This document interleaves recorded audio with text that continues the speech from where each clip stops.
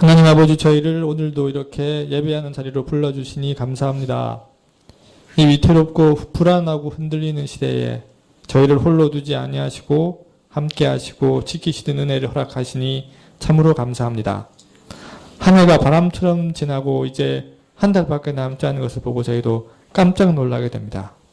모세가 고백한 대로 저희의 일생이 주의 앞에서 마치 없는 것 같이 짧고 빨리 지나가오니 저희의 한계를 저희가 깊이 깨닫게 하시고 주를 의지하여 짧은 인생 뜨겁게 사랑하며 살게 허락하여 주옵소서.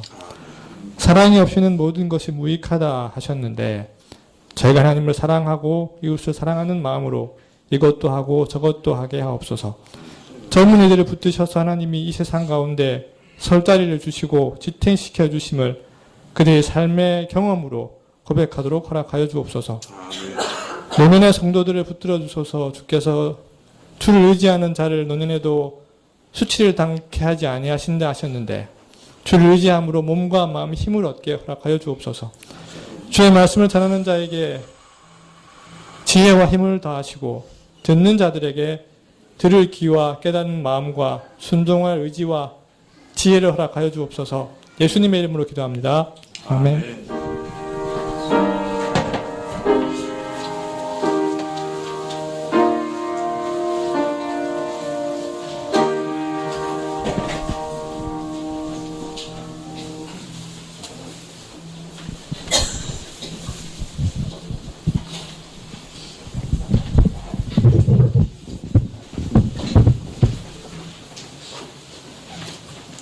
네, 말씀은 계시록 3장 10절부터 13절까지 말씀입니다.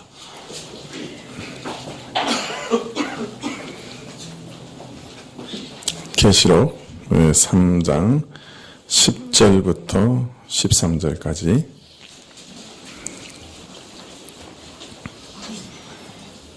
네, 한 절씩 교독하시죠. 계시록 3장 10절부터 13절까지 내가 나의 인내의 말씀을 지켰은즉 내가 또한 너를 지켜 시험의 때를 면하게 하리니 이는 장차 온 세상에 임하여 땅에 거하는 자들을 시험할 때라.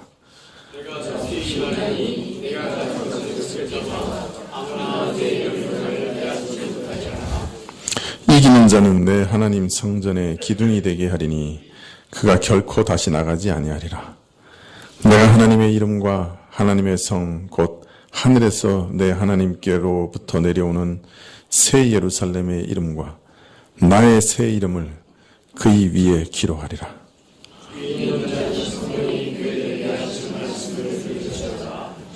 아멘.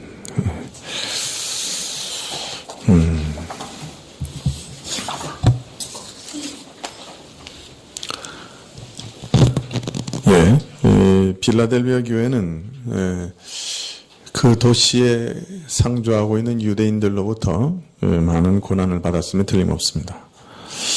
이들은 자칭 유대인의 회라고 하였지만 하나님의 백성이라고 하는 고귀한 이름을 가지고 하나님을 우리 하나님이라고 부를 수 있는 특권을 가진 민족으로 자부하였지만 실상은 사단에 속한 자들이었습니다.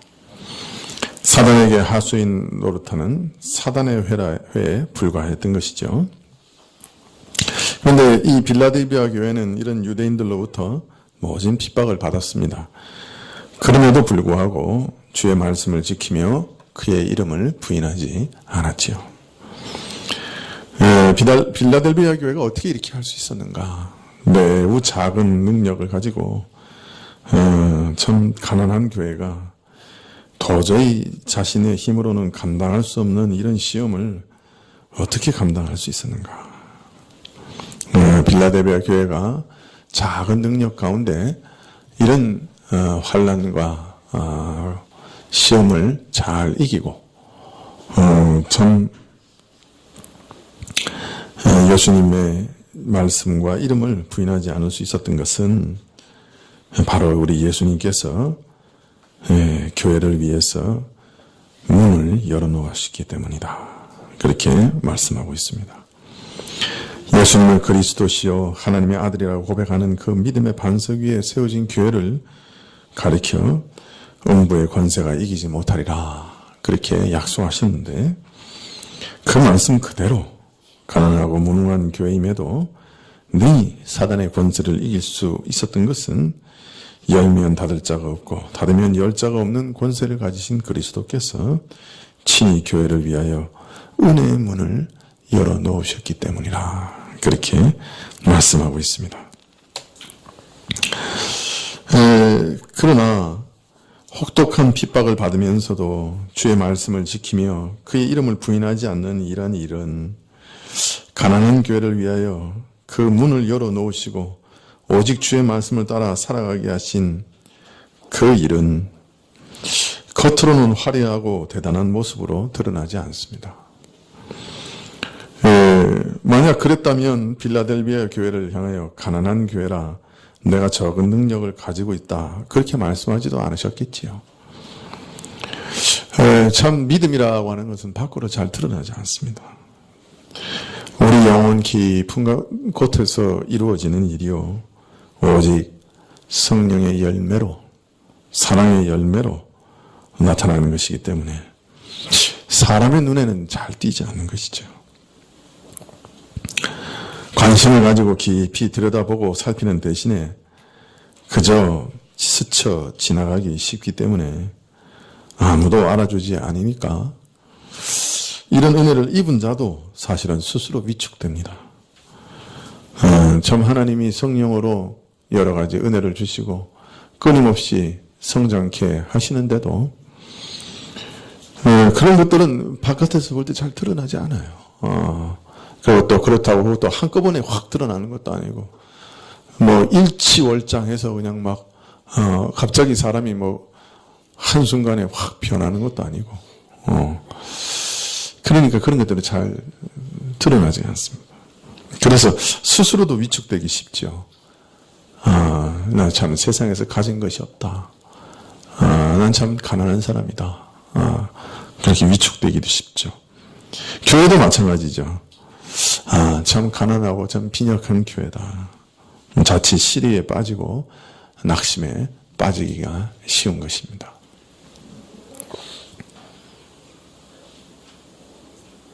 이거 좀 꺼버릴까요? 눈에 자꾸 반짝반짝해서. 네.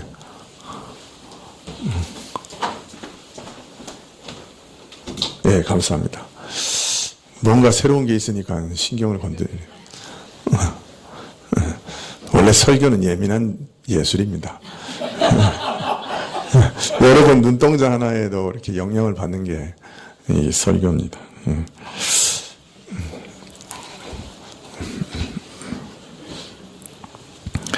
자, 그래서 이런 교회를 위해서 주께서는 그 대적하는 자들로 하여금 돌이켜 복음에 굴복하게 하심으로써 환난 가운데 믿음을 지킨 이 교회를 예수님께서 결코 잊지 않으시고 언제나 깊은 사랑으로 돌보고 계신다 하는 사실을 증거하게 하셨다. 그렇게 말씀합니다. 오만하고 완고해서 참 그리스도의 교회를 모질게 핍박했던 유대인들 중에 일부가 참으로 돌아와서 예수님 앞에 무릎 꿇게 또한 이 교회 앞에 무릎 꿇게 하심으로 참 주께서 교회를 항상 기억하시며 이 교회를 사랑하신다 하는 사실을 알리고자 하신 것이죠. 사람들의 눈에는 잘 띄지 않으나 참 조용히 그들 안에서 일어나는 놀라운 변화, 죽은 것을 살려내는 생명의 역사, 이런 것들이 얼마나 강력한 것인지 사랑과 권세들, 성령의 생명력, 서로 사랑하는 사람들 안에서의 그 놀라운 감동들, 이런 것들이 얼마나 강력한 것들인지 저들 눈으로 오히려 스스로 확인하고 위로받게 하셨다. 그렇게 말씀합니다. 완고한 사람들도 교회의 그런 그 사랑과 그 기쁨과 그 은혜들을 볼 때 그 어느 순간에 갑자기 충격을 받죠. 어떻게 저 사람들에게는 저런 믿음이 있나? 어떻게 저런 사람들은 이런 과정에도 서로 사랑할 수 있는가? 어떻게 저 사람들은 이런 어려움 속에서도 저렇게 인내하는가? 내게 없는 것들을 저들에게 발견하고 또 어떤 때는 정말 그 양심 속에서 충격을 받고 엎드리게 되는 경우도 있는 것이죠. 참 우리 한국 교회의 역사를 봐도 초대 이 교회에서는 참 이런 역사들이 많았던 것 같아요. 정말 생각지도 않았던 그 완악한 사람들이 도저히 저 사람은 변화되지 않을 거다. 정말 그렇게 생각했던 사람들이 그냥 성령 안에서 이렇게 탁 엎드려지고 깨져서 참 하나님 앞에서 변화되는 그런 일들이 많았죠. 그 누굽니까? 김익두 맞나요? 그 목사님 아주 유명한 목사님이죠. 예, 근데 그분이 원래 그 평양에서 깡패였다 그래. 예, 그래가지고 그 외국인 선교사가 이렇게 그 사역하는데 뒤에서 돌을 던져가지고 그냥 머리를 다 깨버렸다. 깡패니까. 근데 그 목사님이 그 사장, 그 가운데 이렇게 반응하는 걸 보고, 야, 저 사람은 뭐가 저렇게 나하고 다른가. 그래가지고 회개하고 돌아왔다. 이제 그런 얘기를 들은 적이 있습니다. 최근에 읽은 그 책 중에 참 박윤선 박사 기록한 글에 보면 그 남편들에게 수많은 핍박을 받지만 끝내는 그 믿음을 지킴으로 또 남편을 잘 섬김으로 남편들이 회개하고 회심하고 돌아온 역사들에 대해서 수도 없이 그런 일들이 있었다. 그런 얘기를 하면서 아주 참 특별한 얘기를 기록한 걸 봤습니다. 황해도의 어떤 여신자가 남편이 수단 방법을 가리지 않고 신앙을 부인하라고 협박해도 믿음을 끝까지 지켰다고 그럽니다. 그러자 남편이 하루는 인두를 화로에 달고 가지고 겁박하면서 이래도 예수님 믿겠느냐 그렇게 물었다고 그래요.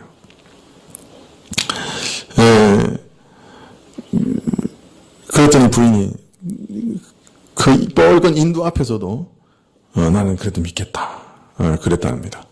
그러자 남편이 아내의 넓적다리를 인두로 찢으면서 또 물어봤대요. 그래도 부인이 예수 안 믿고는 못 살겠다 그렇게 대답했단 말이에요. 이번엔 부인이 몸을 찢었습니다. 이렇게 묻고 답하여 찢기를 17번 했다고 그래요. 그 부인이 포기하지 않자 남편이 17번 찢은 다음에 손을 뗐답니다.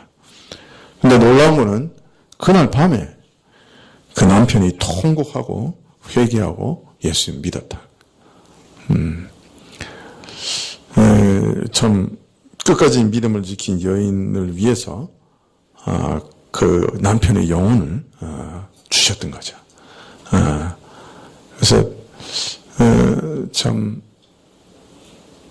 믿음을 끝까지 지키고 예수님을 부인하지 않은 교회에 그 유대인들의 일부를 주셔서 항복하게 하셨던 것처럼 우리 초대교회에서는 참 그 여인들이 믿음을 그렇게 지키고 이런 핍박 가운데서도 예수님 믿겠다고 그렇게 했다는 거예요.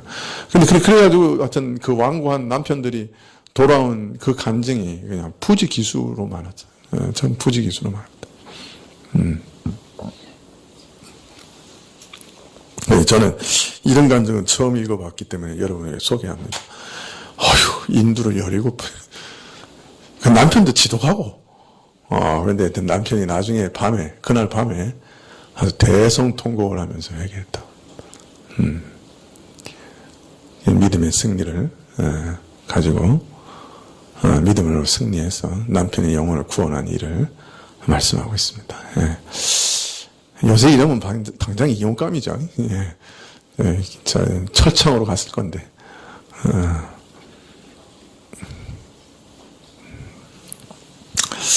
자, 이런 내용에 이어 오늘 말씀을 이렇게 시작합니다. 내가 나의 인내의 말씀을 지켰은즉 내가 또한 너를 지켜 시험의 때를 면하게 하리니 이는 장차 온 세상에 임하여 땅에 거하는 자들을 시험할 때라. 먼저 빌라델비아 교회를 향해서 내가 나의 인내의 말씀을 지켰다 하는 말씀. 그 좀 표현이 독특하지요. 말씀을 지켰다 하는 거하고 또 네가 인내를 했다. 이거는 이제 보통 많이 나오는 말씀인데 오늘 말씀에 보니까 뭐라고 얘기하고 있어요? 인내의 말씀을 지켰다. 이렇게 말하고 있단 말이에요. 주의 말씀을 처음에는 단순히 주의 말씀을 지켰다. 주를 배반하지 않았다. 이렇게 말씀하신 반면에 여기서는 인내라는 말을 덧붙여서 나의 인내의 말씀을 지켰다. 이렇게 설명하고 있습니다. 자, 그런데 이제 문제는 인내의 말씀을 지켰다는 말씀이 무슨 의미인지 파악하기가 쉽지가 않습니다. 가장 쉽게 생각하면 인내하라고 가르친 그 말씀을 지켰다는 말씀인가? 근데 예수님의 가르침이 그저 인내하라는 그 한 가지 내용뿐이지는 않겠지요. 그죠? 그러면 어떻게 해석할 것인가? 근데 특별히 나의 인내의 말씀이라 그렇게 표현하고 있습니다.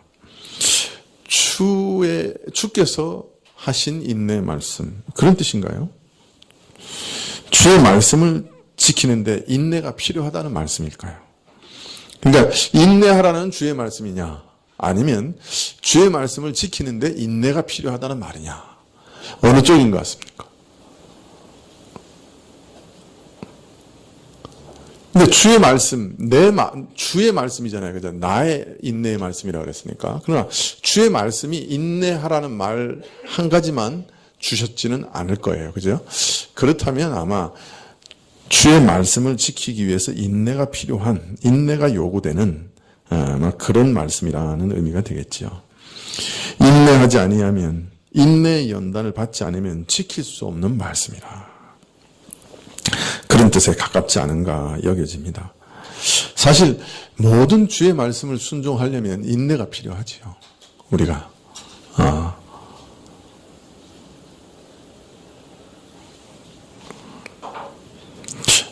아내를 주께서 교회를 사랑하시는 것처럼 사랑하라. 그 말씀을 순종하려고 해도 인내가 필요하죠. 그죠? 남편에게 좀 주께 복종하듯이 복종해야 된다. 그건 더 큰 인내가 필요하죠. 아닌가요? 비슷해요? 양쪽 다 인내가 필요합니다.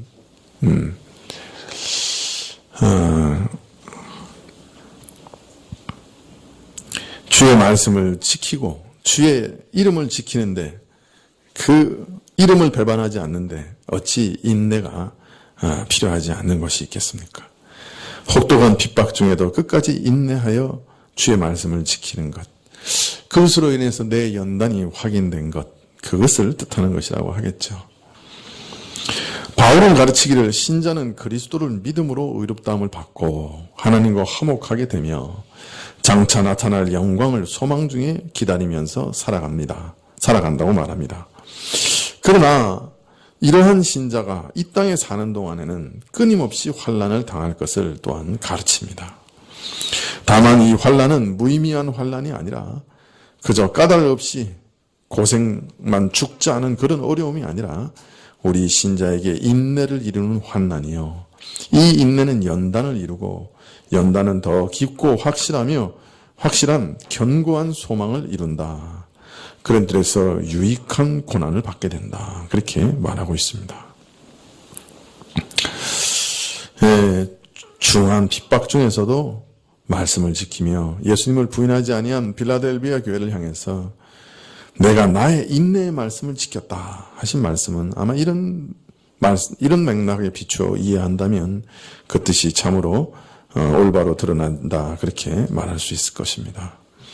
환난을 통해서 인내를 배우게 되고 인내를 통해서 연단을 받고 연단을 통해 소망이 이루어지는 그런 환난을 말씀하고 또 그 가운데 말씀을 지키며 인내한 것을 가르치신다고 할 수 있겠지요. 그래서 그 인내를 통해 연단을 이루었다. 그렇게 말할 수 있을 겁니다. 참 요새 가만히 이렇게 보면 기도하는 우리는 하나님 앞에서 기도 응답에 관심이 있습니다. 그죠? 어떻게 하면 기도를 응답을 받을까? 근데 제가 경험해 보니까 하나님은 기도 응답 이전에 우리의 인내에 관심이 있는 것 같아요.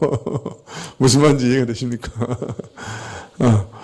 하여튼 우리로 인내케 하시는 분인 것 같아요. 그러니까 우리는 기도 응답이 중요한데 하나님은 우리가 그런 과정을 통해서 인내를 배우는 것이 중요하다. 그래서 성도는 꼭 인내를 배우게 하시는 것 같아요. 그래서 그 인내 가운데 연단을 받게 하시는 것 같아요. 그냥 우리가 원하는 것 기도하다마자 그냥 즉각 응답해 주시면 얼마나 좋겠어요. 우리는 그렇게 생각하죠. 하나님이 즉각 응답하실 만한 능력이 없으셔서 그렇게 하시겠어요. 근데 많은 경우 정말 오랫동안 인내하게 하시죠. 어떤 때는 하나님이 정말 우리 기도를 듣고 계시나 그렇게 답답하고 낙심할 만한 그런 때가 참 많죠. 그것을 오래 참게 하시죠. 환경이 오랫동안 변하지 않죠. 그래서 그걸로 인해 연단을 받죠. 인내가 바닥이 난 후에 바닥이 났다고 인정한 후에도 또 더 인내하게 하시는 그런 것들을 많이 보죠. 왜 그렇게 하시는가? 아마 하나님은 그 인내라고 하는 것보다 더 귀한 것이 없다고 생각하시는 것 같아요. 하나님의 성품을 담는 일에 있어서 인내를 배우는 것은 정말 필수적인 것 같아요.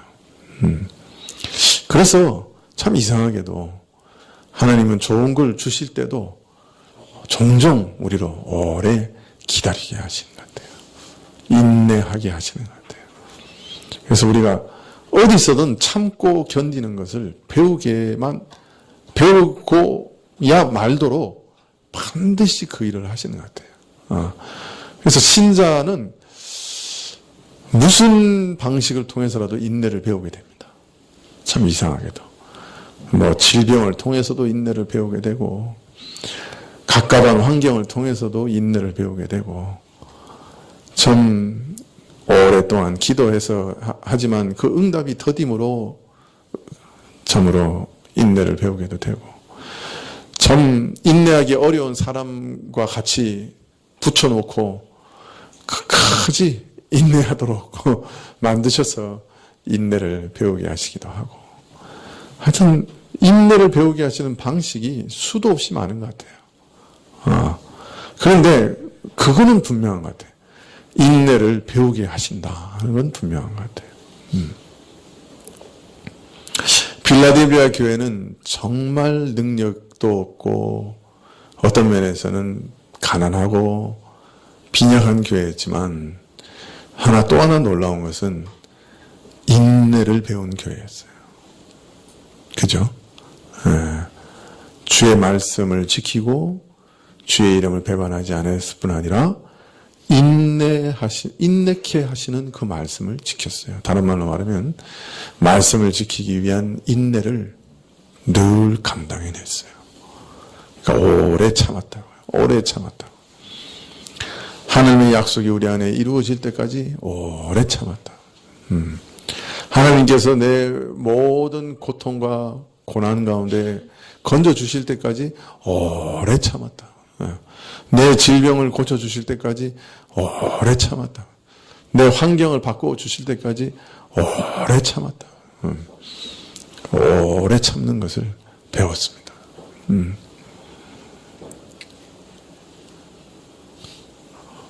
그리고 재밌는 거는 도저히 못 참겠다.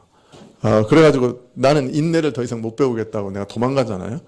그럼 그 다음에 또 거기서 인내를 배우게 돼요. 도망간 곳에서도 인내를 배우게 돼요. 참 신기하죠. 하나님은 인내를 배우게 하시는 일에 있어서는 아주 지혜가 많으신 분이 같아요. 모든 수단을 다 동원해서 우리로 인내를 가르치죠. 인내를 배우게 하세요. 여러분, 그래서 인내하게 될 때 불평하지 마세요. 인내하게 될 때 감사하셔야 돼요. 아, 내가 또 신의 성품에 참여하게 하시려고 내게 이런 일을 가르치시는구나. 도저히 참을 수 없을 때 더 참으세요. 도저히 인내할 수 없을 때 더 인내하세요. 정말로 인내 못할 때는 피할 길을 내세요, 하나님이.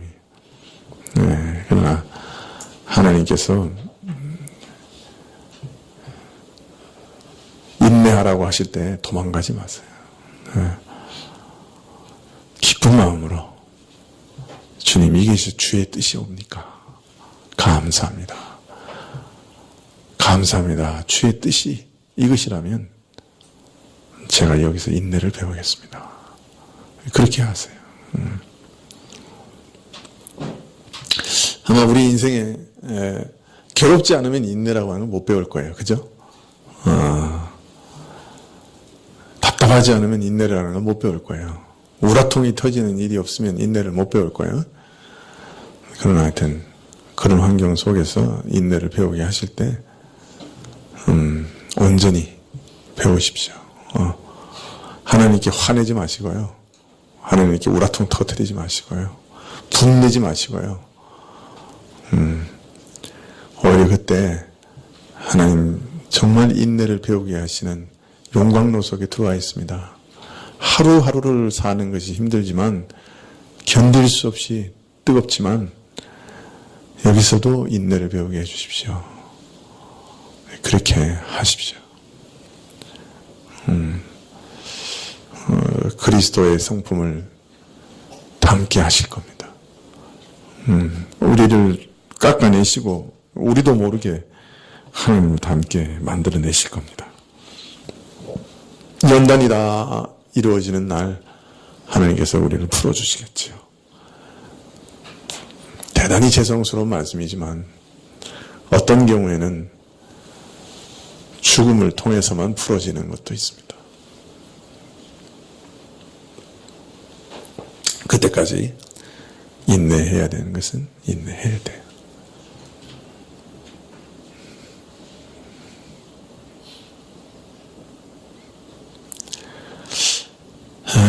참 이런 말씀 전하니 교회가 부흥이 안 되겠지요.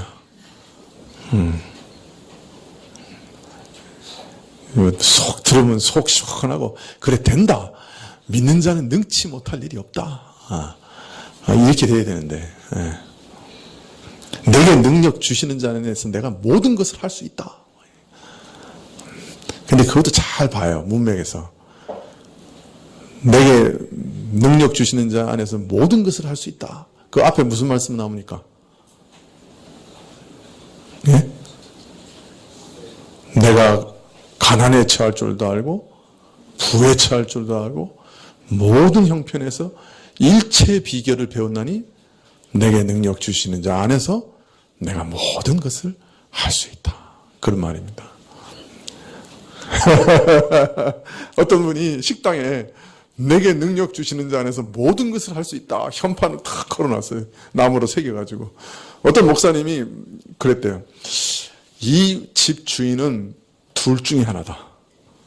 첫째는 무식하든지 또 하나는 용감하든지 둘 중에 하나다. 왜?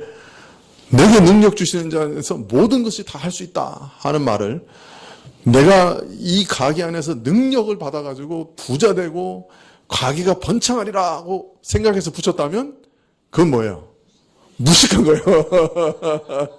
왜냐하면 그 앞에 말씀이 가난에 처할 줄도 알고 부할 때 처할 줄도 안다 그랬거든. 그러니까 가난하게 하시든 부하게 하시든 나는 하나님의 은혜로 산다는 뜻이니까 그걸 딱 붙여놨으면 뭐예요?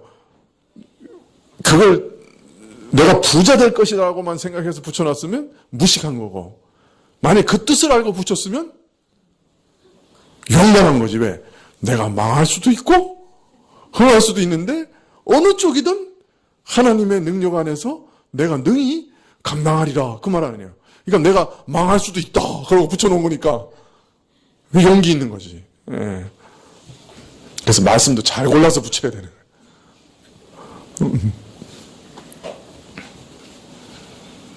우리가 문맥을 따져서 잘 읽어야 돼요.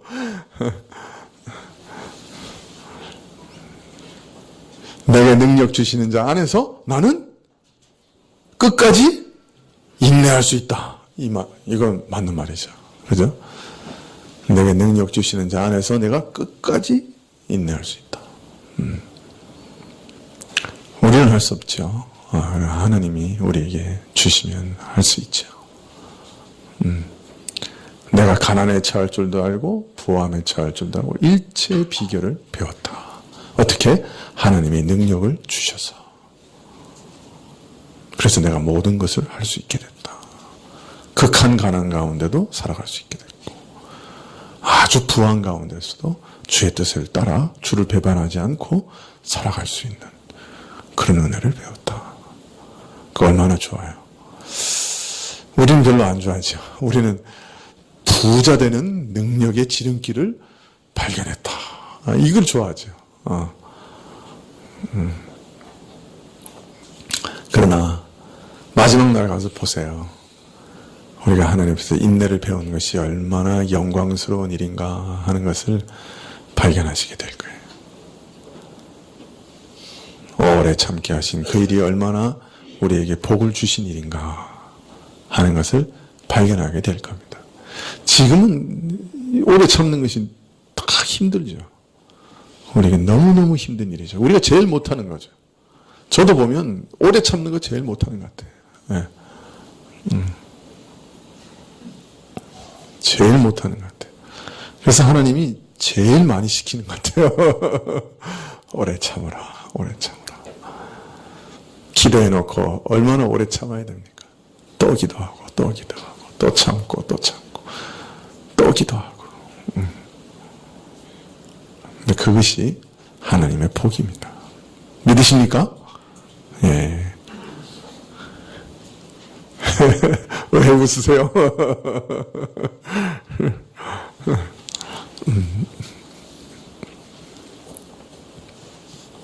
말씀을 지키려면 사실 인내가 반드시 필요합니다. 자, 이 말씀에 이어서 내가 또한 너를 지키어 시험의 때를 면하게 하리니 너는 장차 온 세상에 임하여 땅에 거하는 자를 시험하는 때라. 내가 속히 말이니 내가 가진 것을 굳게 잡아 아무나 내 면류관을 빼앗지 못하게 하라. 내가 나의 인내 말을 지켰기 때문에 나도 시험의 때에 너를 지키리니. 우리말 성경은 시험의 때를 면하게 한다고 해서 시험을 전혀 받지 않는 것처럼 번역을 했어요.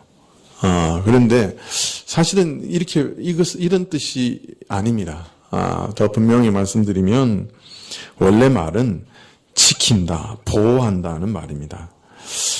이것은 이런 말이 이게 묘한 대꾸인데, 네가 나의 인내의 말을 지켰기 때문에 나도 시험의 때에 너를 지키리니 라는 말이에요. 그러니까 여기서 지킨다고 하는 말은 둘이 똑같은 말이에요. 그러니까 앞에 네가 나의 인내의 말을 지켰다 그랬잖아요. 그죠? 그 말하고 내가 시험의 때에 내가 너를 지키겠다 하는 말이 똑같은 말이에요. 우리말은 면하다라고 번역을 했는데 같은 말이에요. 지킨다, 지킨다 똑같은 말이에요. 그걸 왜 면하다라고 표현했는지 잘 모르겠어요. 사실은 똑같은 말이거든요. 같은 단어예요. 지킨다. 여기 아주 묘한 대꾸가 있죠. 우리가 하나님의 말씀을 인내하며 지키면 하나님은 우리에게 어떤 복을 주세요? 시험의 때에 우리를 지켜주시는 거예요. 시험에 빠지지 않고 무너지지 않고 넘어지지 않도록 시험을 통과할 수 있도록 우리를 지켜주시는 거예요. 자, 이게 얼마나 큰 축복이에요. 그죠? 내가 하나님의 말씀을 인내하며 지키면 하나님은 우리를 시험의 때에 지켜주신다. 이런 건 현판에 하나 걸어놔도 되죠. 새겨가지고. 그죠? 별로 이렇게 그 감흥이 안 오시네요. 그러나 사실 이건 굉장히 중요한 거예요. 하나님의 말씀을 지키는 자에게 하나님은 모든 시험의 때를 이기게 하시고 지켜주십니다. 시험의 때에서 지켜주십니다. 자, 그런데 이 시험에 대해 설명하기를 첫 번째, 온 세상에 임하는 시험이라. 자, 이 시험의 넓이가 어느 정도예요? 온 세상. 그러니까 이건 우주적인 시험이에요. 대상은요? 땅에 거하는 모든 자들에게 임하는 시험이에요. 자, 그런데 계시록에서 땅에 거하는 자들이라는 말은 이게 이렇게 뭐라 그럴까요? 독특한 의미를 가진 말이에요. 계시록 13장 8절에 보면 죽임을 당한 어린 양의 생명책에 창세 이후로 농명되지 못하고 이 땅에 사는 자들은 다 짐승에게 경배하리라. 이런 말씀이 너몇 군데 나와요. 그러니까 여기서 땅에 거하는 자들이라는 말은 어떤 사람을 얘기해요? 사단에게 속한 자를. 이 땅에, 그러니까 어린 양에 속한 사람들을 제외한 이 땅에 속한 사람들을 얘기하는 거예요. 여기서 땅에 속한다 하는 말을 쓸 때는 하나의 관용구예요. 그래서 계시록에서 땅에 사는 자, 땅에 속한 자라는 말이 나올 때는 어린 양에게 속하지 않는 사람들, 다른 말로 하면 세상에 속해 있는 사람들, 마귀에게 종노릇하는 사람들을 얘기하는 거예요. 그러니까 시험의 성격이 뭐예요? 온 세상에 임하는데 누구에게 임하는 거예요? 사단에게 속한 자들에게 임하는 시험의 때. 그러니까 사단에 속한 자들에게 임하는 심판의 때라는 의미입니다. 그러니까 그때 신자들을 지켜주시는 것은 또 어떤 면에서는 당연한 일이기도 하죠. 예수님께서는 마태복음 24장에 예루살렘이 완전히 파괴돼서 성전이 다 무너질 것이요. 그래서 돌 위에 돌 하나도 남지 않게 될 것이다 라고 예언하십니다. 제자들이 그 말을 듣고 너무 놀랐어요. 아이고, 참 예루살렘이 파괴되고 성전이 무너지고 돌 위에 돌 하나도 남지 않게 된 그런 일이 일어나면 야, 그게 바로 세상의 종말인가 보다. 그래가지고 예수님께 종말의 때는 어떤 징조가 있겠습니까? 이렇게 묻습니다. 자, 그에 대해서 예수님께서 대답하시되 마태복음 24장 4절부터 보면 너희가 사람의 미혹을 받지 않도록 주의하라. 많은 사람이 내 이름으로 와서 이르되 나는 그리스도로 하여 많은 사람을 미혹해 하리라. 난리와 난리의 소문을 듣겠으나 너희는 삼가 두려워 말라. 이런 일이 있어야 하되 끝은 아직 아니니라.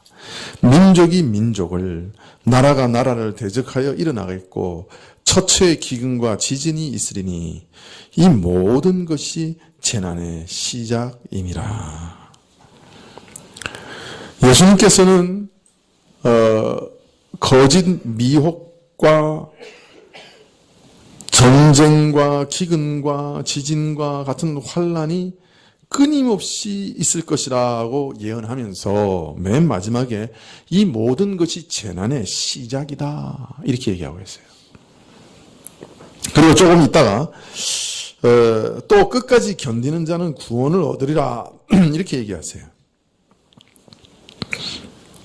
그러므로 지금 그가 말하고 있는 이 미혹과 이 환란은, 전쟁과 기근과 지진과 같은 환란은 그저 재림 직전에 순간적으로 어떤 때 나타나는 사건이 아니라 상당한 기간, 오랜 기간 지속되는 일이라는 거죠.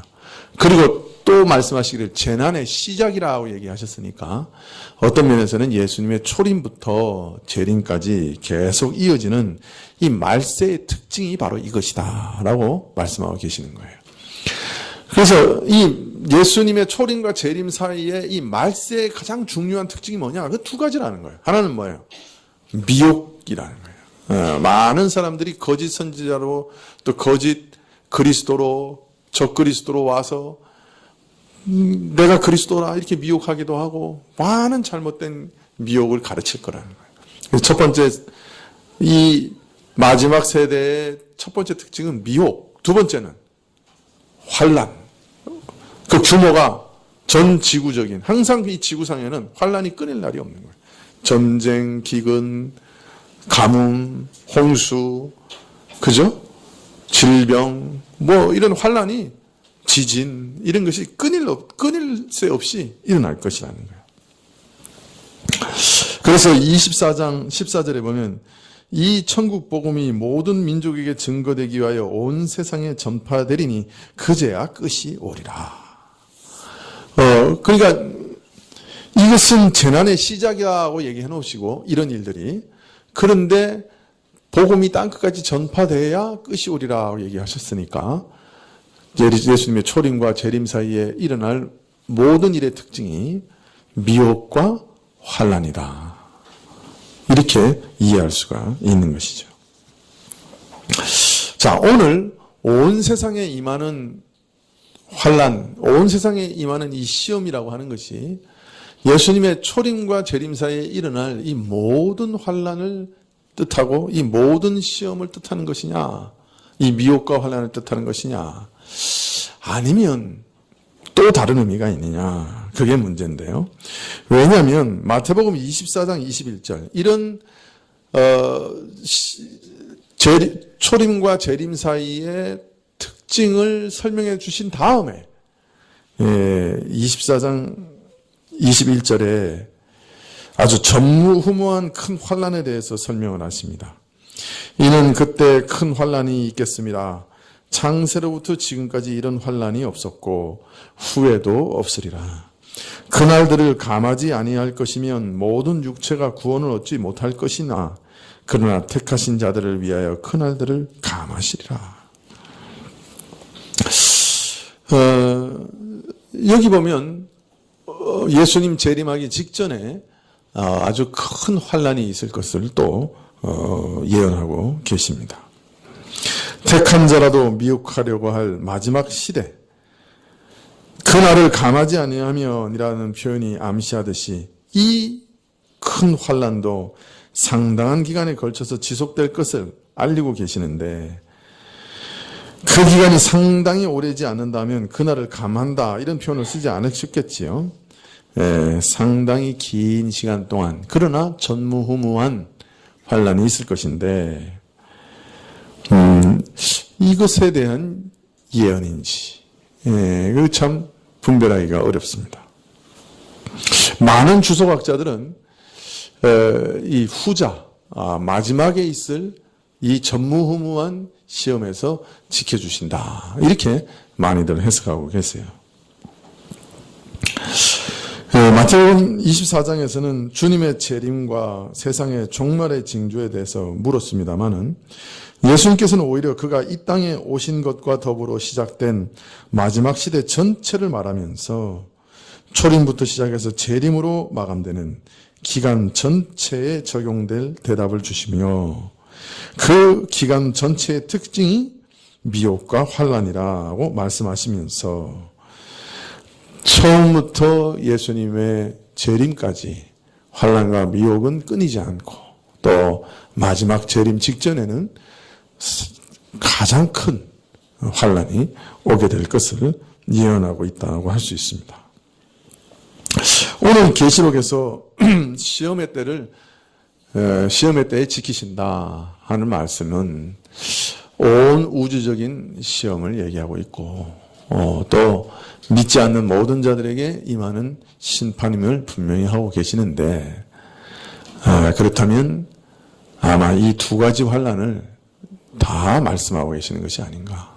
그래서 초림과 재림 때까지의 전체 모든 시험과 환란에서, 미혹에서 우리를 빌라델비아 교회와 같은 자들을 건져주실 것이고, 또 마지막 환란 가운데서도 건져주신다, 지켜주신다 하는 것을 말씀하시는 것이라고 할 수 있습니다. 1905년에 존 답이라고 하는 사람이 어떤 메시지를 하늘로부터 받았어요. 그래서 이제 그때부터 이분이 뭘 주장하기 시작했냐면 7년 대환란이 오는데 그 전에 신자들은 휴거한다. 그래서 아주 그냥 이 이론이 그냥 아주 그냥 막 전 세계를 휩쓸게 되었습니다. 그러나 사실은 그것이 성경을 자세히 주석해서 나온 이론은 아니에요. 존 답이라고 하는 사람이 그냥 어떻게 하늘로부터 뭔가를 들은 거예요.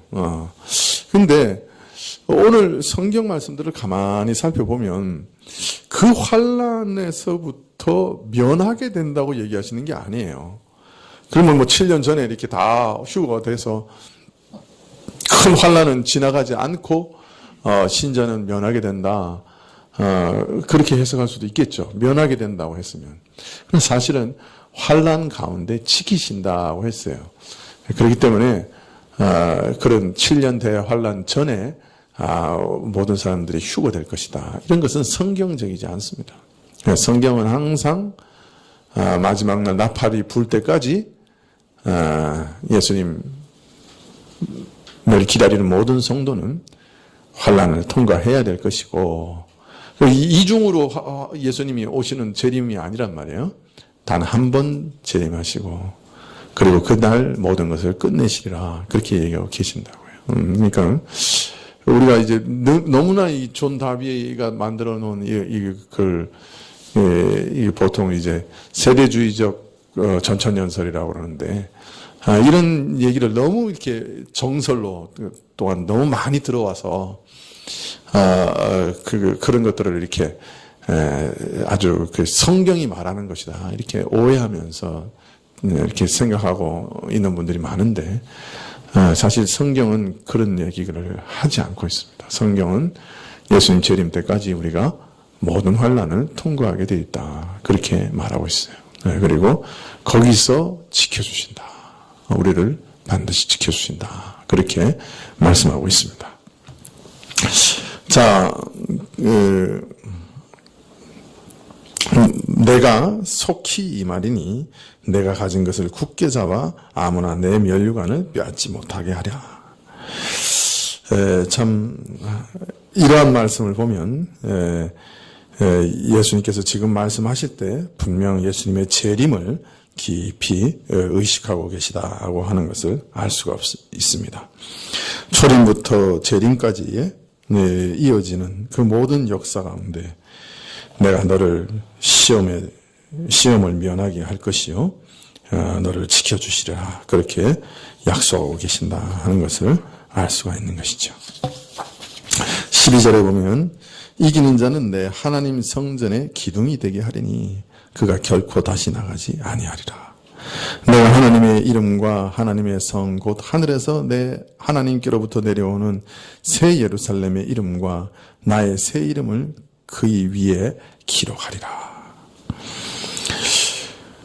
이기는 자, 즉 지금까지 했던 것처럼 계속해서 인내하여 주의 말씀을 지키며 세상 사람들 앞에서 주를 시인하는 그런 사람들은 하나님의 성전의 기둥과 같이 되게 하리라. 그렇게 말씀하고 있습니다. 기둥이라고 하는 것은 집을 떠받치는 것이죠. 그죠? 완전히 집을 딱 이렇게 떠받치는 거죠.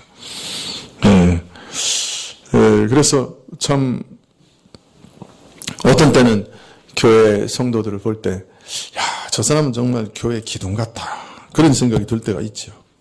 참 하나님께서 하나님의 교회를 지탱하는 데 사용하는 기둥과 같다. 참 그렇게 생각될 때가 있습니다. 물론 스스로가 나는 하나님의 집의 기둥이다 이렇게 생각하면 곤란하겠죠.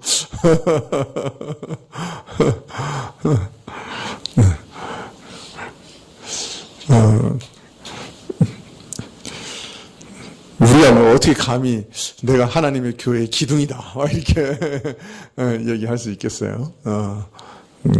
그러나 하나님께서는 또 사람들은 알죠. 저 사람은 정말 교회의 기둥과 같은 사람이다. 그렇게 알죠. 기둥과 같다고 하는 것은 이 기둥이 빠져나가면 어떻게 돼요? 그 집 무너지죠. 그죠? 그러니까 기둥이 결코 빠져나갈 수가 없죠.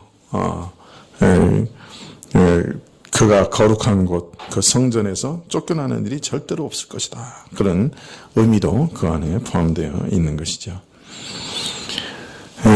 참 하나님의 집을 지탱하는 기둥과 같은 존재가 될 것이다. 이게 얼마나 대단한 축복이에요. 그죠?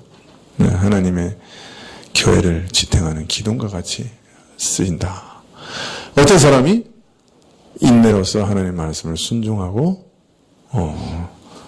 인내하며 주의 이름을 배반하지 않는 그런 사람들이에요. 그런 사람들은 참 교회의 기둥과 같은 사람이 된다. 그렇게 말씀을 하십니다. 기둥과 같이 되는 사람들은 인내해야 되는 사람들이에요. 인내함이 없이 교회의 기둥과 같은 사람이 될 수 없어요. 인내하며 주의 말씀을 지켜내야 돼요. 그런 사람들은 참 교회의 기둥과 같은 사람이다. 그렇게 말씀을 합니다. 결코 그 성전에서 쫓겨나지 않을 것이에요. 하나님의 집을 떠받치는 기둥이 빠져버리면 어떻게 되겠어요? 네. 자, 왜 이들은 결코 하나님 집에서 쫓겨나지 않을 것이며 언제나 영원토록 성전에 머물러 있을 것인가? 그 이유에 대해서 말씀하시기를 내가 하나님의 이름과 하나님의 성, 곧 하늘에서 내 하나님께로부터 내려온 새 예루살렘의 이름과 나의 새 이름을 그 위에 기록하리라. 마치 도장을 새기듯이 우리 위에 이름을 기록하시는데 뭘 기록하신다고요? 하나님 그분의 이름을 기록하신다는 거예요. 첫 번째로. 하나님의 이름을 우리 위에 딱 기록한다는 건 뭘 의미하는 겁니까?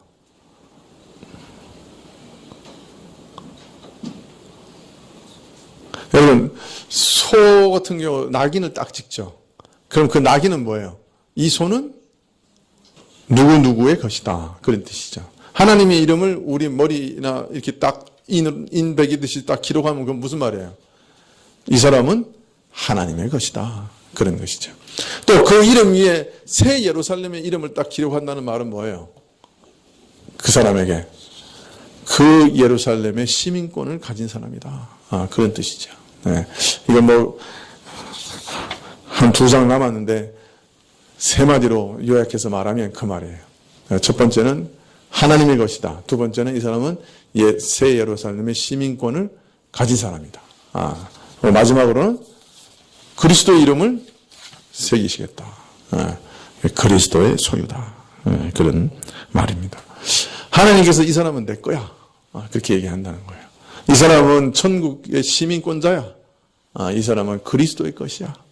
그렇게 얘기한다는 거죠. 요약해서 말하면 이제 구약이나 이런 예언들하고 다 이게 엮어가지고 우리가 좀 살펴봐야 되지만 그러나 한마디로 얘기하면 그렇다는 말입니다. 하나님께서는 교회의 기둥과 같이 그 사람을 생각하고 그리고 하나님의 이름을 새기셔서 너는 내 거야 라고 얘기하시고 너는 천국의 시민권을 가졌어 라고 얘기하시고 너는 또한 예수의 것이야 라고 얘기하신다면 그보다 더 좋은 게 있을까요?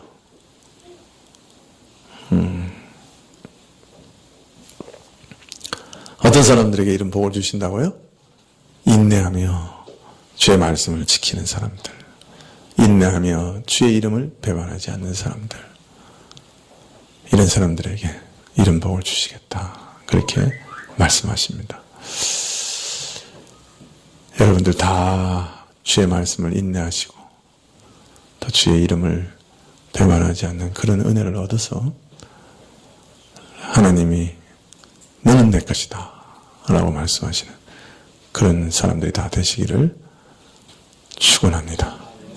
예. 뒷부분은 좀 너무 길어서 여러분들 좀 지치신 것 같아서 결론만 말씀드렸습니다. 기도하시겠습니다.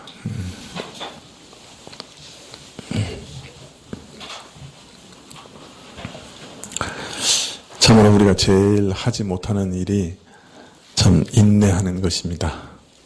그러나 하나님께서는 우리로 인내를 배우게 하시는 그런 은혜를 항상 베푸십니다. 저희로서는 이런 은혜가 달갑지 않지만 그러나 그것이 정령 은혜임을 오늘 배웠습니다. 아버지 하나님, 저희가 인내 가운데 이 인내를 키우는 시험 가운데 끝까지 이길 수 있게 해주십시오. 또 이러한 연단 가운데 우리를 끝까지 지켜주십시오. 하나님께서 그 그만두라고 하시기 전에 우리가 그만두지 않도록 지켜주십시오. 하나님께서 이제 그만되었다라고 말씀하시기 전에 우리 스스로 내팽겨치지 않도록 지켜주십시오. 하나님, 또 바라고 원합니다. 저희가 이러한 인내의 가운데 하나님께 불평하지 않게 도와주십시오. 이런 상황을 허락하시는 하나님께 원망하지 않게 허락해 주십시오. 하나님 앞에 분내지 않도록 도와주십시오. 참으로 우리가 이런 어리석은 자들이지만 하나님은 끝까지 우리에게 인내를 배우게 하실 줄 믿습니다. 이런 연단을 다 거쳐서 천국의 소망으로, 참 천국의 확실한 소망을 갖는 그런 신자들이 되게 하실 줄 믿습니다. 넌 내 것이라 말씀하실 줄 믿습니다. 주님, 우리가 믿음을 끝까지 지키는 그런 인내의 시험 가운데 승리하게 하옵소서. 예수님의 이름으로 기도합나이다. 아멘. 하늘에 계신 우리 아버지시여, 이름이 거룩히 여김을 받으시옵며 나라의 임하옵시며 뜻이 하늘에서 이룬 것 같이 땅에서도 이루어지이다. 오늘 우리에게 일용할 양식을 주옵시고 우리가 우리에게 죄 지은 자를 사하여 준 것 같이 우리 죄를 사하여 주옵시고 우리를 시험에 들게 하지 마옵시고 다만 악에서 구하옵소서. 대개 나라와 권세와 영광이 아버지께 영원히 있사옵나이다. 아멘.